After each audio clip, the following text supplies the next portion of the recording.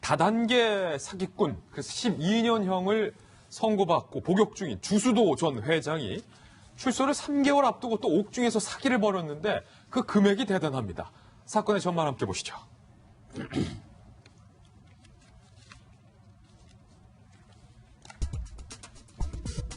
2조 원대 다단계 사기왕 주수도, 이번에 1,000억 원대 옥중 사기. 아니, 어떻게 하면 사기를 1,000억 원대도 칠 수 있습니까? 그 제주도 참 궁금해요. 1970년대 유명 영어 강사였던 주수도 전 제2호그룹 회장.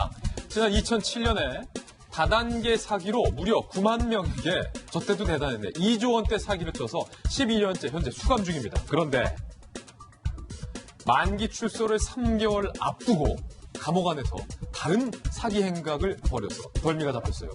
일단은 다른 사람의 명의로 휴먼 리빙이라는 아주 그럴듯한 회사를 강남권에 떡하니 차립니다. 근데 알고 봤더니 역시 다단계였어요. 다단계로 흥한 자는 다단계로 망하게 되어 있습니다. 투자 명목으로 이번에 1,329명에게 무려 1,137억 원을 끌어모은 거예요. 감옥에서 이걸 다 모았어요. 그런데 이 돈으로 다른 투자자들에게 이자를 지급하고 돌려막기 하거나 본인의 변호사 비용으로 쓰거나 차명 계좌에 은닉을 한 혐의입니다. 검찰 관계자는 옥중에서 회사를 경영해서 사기 저지른 규모 중에 역대 최대다라고 이야기를 했습니다. 그런데 이 주수도 회장은 본인이 교도소도 골랐어요. 입맛에 맞는 교도소도 본인이 선택해서 난 여기에 머물래. 호텔입니까? 주 씨의 다단계 사기를 도운 건 현직 변호사들이었어요. 지인으로 하여금 일단 야, 너 나 좀 이번에 고소해 라고 허위로 고소하면서 지방교도소로의 이감을 막고 서울구치소의 복역 상태를 유지한 겁니다. 왜 이 사람이 서울구치소 복역을 유지했냐면 그 다단계 회사를 본인이 경영해야 되거든요. 그리고 1년 반 동안 2,500번 넘게 본인의 측근들인 변호사를 접견해 가면서 다단계 회사를 키워갔습니다. 변호사들은 대가로 월 1,000만 원에서 2,000만 원의 높은 대가료를 받기도 했습니다. 야, 이 백지영 팀장님. 네. 역시 이 사기꾼들도 스케일이 달라요. 저 주수도 그 제2그룹 회장 사건 수사를 저도 했었습니다. 아, 백신명이 했었어요, 당시에. 했었고, 사실 압구정동이라든가 대치동이라든가 그리고 이제 전국에 굉장히 많은 그 자사를 설립을 했었죠. 이런 부분인데 이분의 특징이 뭐냐면은 굉장히 거액의 수익을 안겨준다라고 하는 측면이에요. 그렇기 때문에 퇴직자나 또 나이가 좀 드신, 연세가 드신 남성, 여성들 포함해서 이런 분들이 정말 바로 넘어가요. 넘어가는데 최초의 수법이 뭐냐면은 일정한 기간 동안 상당한 수익을 안겨줍니다. 그러니까 믿고 어떤 피해가 오냐면 뭐 조이파 씨 스타일하고 좀 비슷해요. 그러니까 이분이 몇 달 동안의 수익을 얻으니까 아 이거 되겠다 그래가지고 지인들, 선후배, 친척들을 모두 동원해버립니다. 예. 그렇게 해서 일가 친척이 패가 망신한 분들이 실제로 많았어요. 다 끌고 온다. 그런데 이거 수사를 해보면요.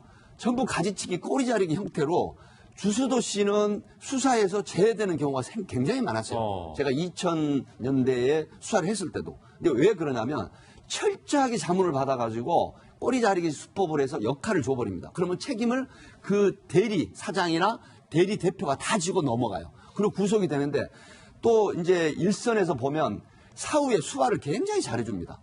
그런 부분이 있었는데 결국은 구속이 돼가지고 2007년도에 징역 12년형이 대법원에서 확정이 됐는데 정말 놀랍죠. 옥중에서 제2그룹 출신들 임원들하고 그다음에 이 고용한 변호사분들을 상대로 해가지고 대리 운영을 하면서 이게 사실은 이런 정도 1조 사실 1137억이라는 그런 사기를 할 수 있었다라고 하는 부분은 정말 유명한 영어 강사의 머리를 뛰어넘는 그런 어떤 범죄의 DNA가 있는 게 아닌가. 예. 그런 추론이 가능할 것 같습니다. 일단 변호사님. 네. 뭐 변호사님들 다 그런 건 알겠지만 연대 책임. 네. 아니 이거 아무리 이러면 안 되잖아요. 2천만 원 월에 준다고 해도 변호사님들이. 그렇죠. 당연히 안 되는 것이고요.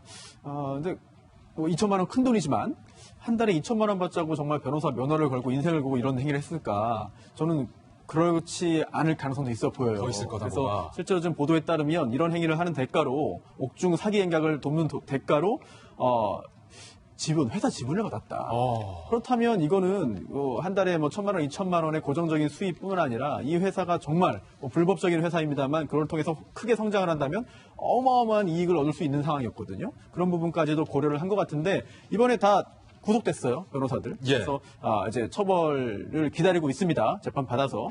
이런 일이 생기면 안 되는 것이고 사실 아까 뭐 모든 직역이 마찬가지겠습니다만 몇몇 그런 범죄자들 때문에 그 직역 전체가 다 이런 또 안 좋은 또 이미지를 더 쓰게 되는 것 같습니다. 예, 주수도 회장이 2002년 당시에 돈에 대한 철학을 이렇게 강변했습니다. 뭐라고 생각하는지 직접 들어보시죠. 정성처럼 벌어서 정성처럼 쓸 수 있는 그런 좋은 일들이 많습니다. 정승처럼 벌어서 정승처럼 사기를 쳤습니다. 백준 팀장님. 네. 전 더 황당한 게 지금 보면 이 주수도 회장이 자신이 복역하고 있는 교도소도 마음대로 골랐어요. 원래대로라면 지방교도소로 이감이 돼야 되는데 지방에 가면 변호사들도 오기 좀 번거롭고 나도 좀 서울에 있고 싶고 그래서 내 회사 경영권도 좀 보고받고 해야 되니까 나 그냥 서울구치소에 있을래라고 선택을 해서 이거를 우리 교도소 당국, 경찰 당국, 검찰 당국이 이걸 못 밝힙니까? 저는 이제 두 가지를 말씀을 드리겠습니다. 미결수 상태에서 기결이 됐다고 하더라도 누군가가 그 관할에서 나를 고소를 하게 되면은 그 고소 사건이 끝나기 전까지는 이감이 안 됩니다. 이런 부분을 이 분이 아마 한 게 아니고 변호사분들하고 자문을 구해서 한 것 같은데 이런 부분도 상당히 맹점이고요. 그다음에 이제 제가 뭐 변호사분들에 대한 내용을 잘 모르겠지만은 사실은 그 집사 변호사라는 얘기가 일부 변호사한테 해당이 된 얘기죠. 어떤 경우냐? 자, 대표님 저 출근할게요. 실제 있었던 부분들이거든요. 그런데 어디로 가냐면 구치소나 교도소로 갑니다. 그걸 접견을 하는데 오후 5시까지 무제한으로 한다 접견을 합니다.